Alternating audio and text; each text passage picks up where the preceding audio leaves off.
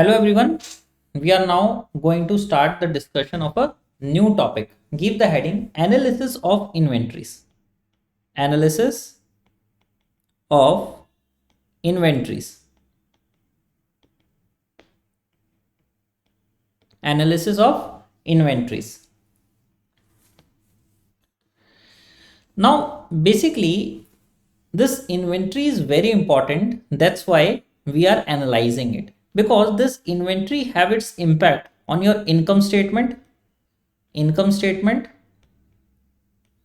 as well as your balance sheet.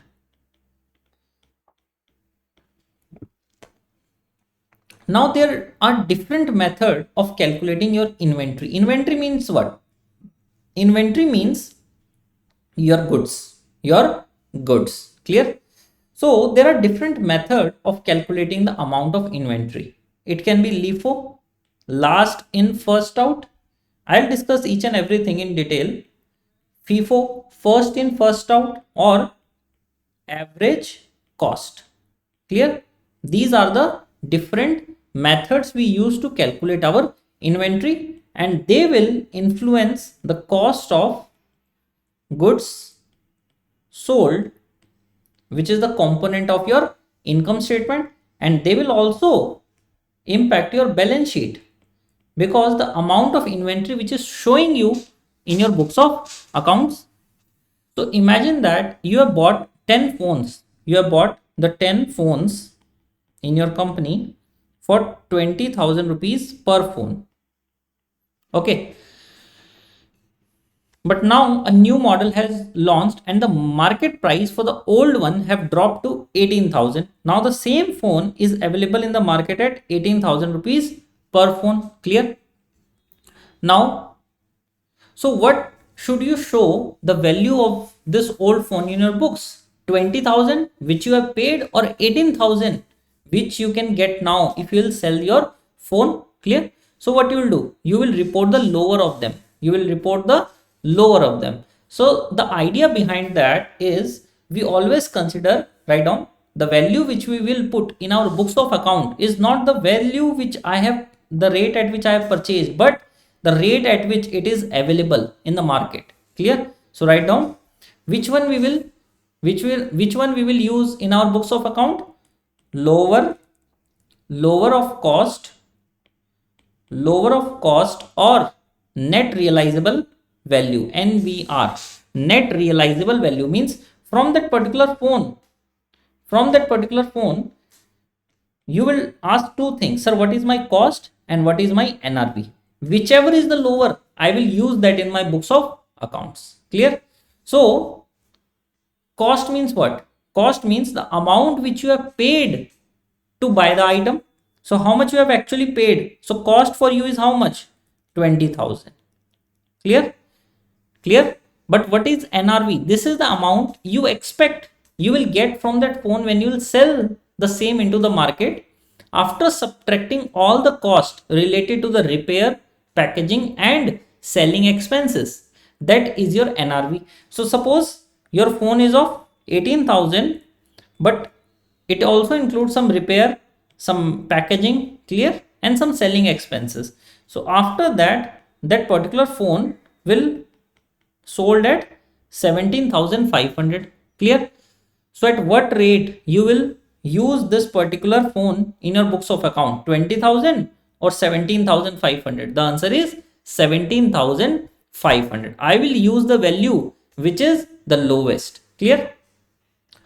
So actually what happens if NRV is less than the cost? So if you look at your balance sheet, this is your balance sheet, an asset which was valued at 20,000, but now you are valuing it at 7,500. That means what? Your asset have reduced by 2,500. Similarly, you have to reduce 2,500 in your liability side. So how you will do? Over here, one column is your profit. Means from your income statement, your profit is coming. From the profit, you will reduce 2,500. Are you understanding? So one side, if you are reducing the asset, on the other side you are also reducing your income statement. Clear? Because the profit from that. Are you understanding? So over here we will use the term write down. So write down. We have written down the value of the asset. I have reduced the value of the inventory in my books of account, and this loss of 2500 will go to your income statement. Clear? Either it will shown as a separate item, either it will show as a separate item, that the loss on phone value 2500, clear, or it will become the part of the cost of goods sold, cost of goods sold, clear.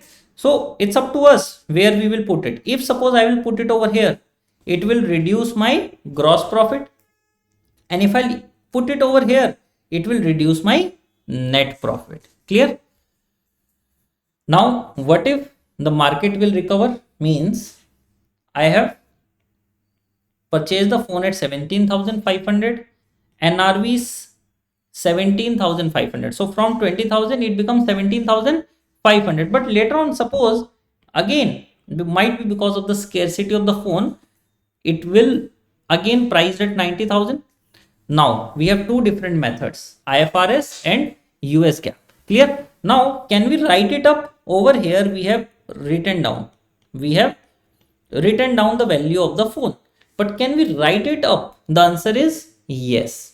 Yes, in the case of IFRS. IFRS says that yes, you should increase the value of your asset. So now in your balance sheet, what is the new value as per the IFRS? 19,000, and this additional 1500 will become the part of your income statement as a gain, Clear? Now there is one more point.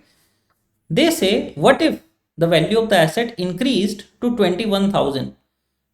Now what you will do? Means from 17,500 it increased to 21,000. So they say we will only allow you the gain of only 2,500. So we will not allow you the gain above your original cost. Clear? So write down, under IFRS,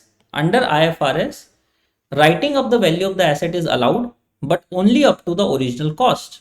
But under US GAAP, under US GAAP, it is not allowed. Under US GAAP, it is not allowed. They say once you have written it down, it stays the same, even if the value will increase. Are you clear with this? Now let us take one example.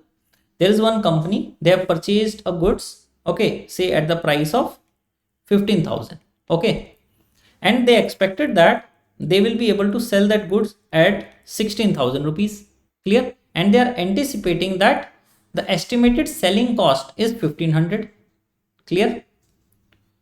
1,500 is their cost of selling. So the value will become 16,000 minus 1,500. What is the value? 14,500. Clear? So now their NRV, this is their NRV, this is their cost. So NRV is less than the cost. So I will written down my inventory to 14,500, and 500 will be shown as the loss in the income statement. Clear? So in the first introductory lecture, my focus was to help you to understand what is the cost of goods sold, what is NRV, its impact on the LIFO, FIFO, and its impact on the US GAAP as well as IFRS. Okay. There is one more segment of this particular lecture, and that segment is related to how it is going to impact my balance sheet. Okay. That I will take ahead in the next lecture. Okay. So with this, I'm ending this lecture, and I will ensure you that we will solve a few of the questions as well, okay, so that you will become comfortable with this FSA concepts. Okay, thank you.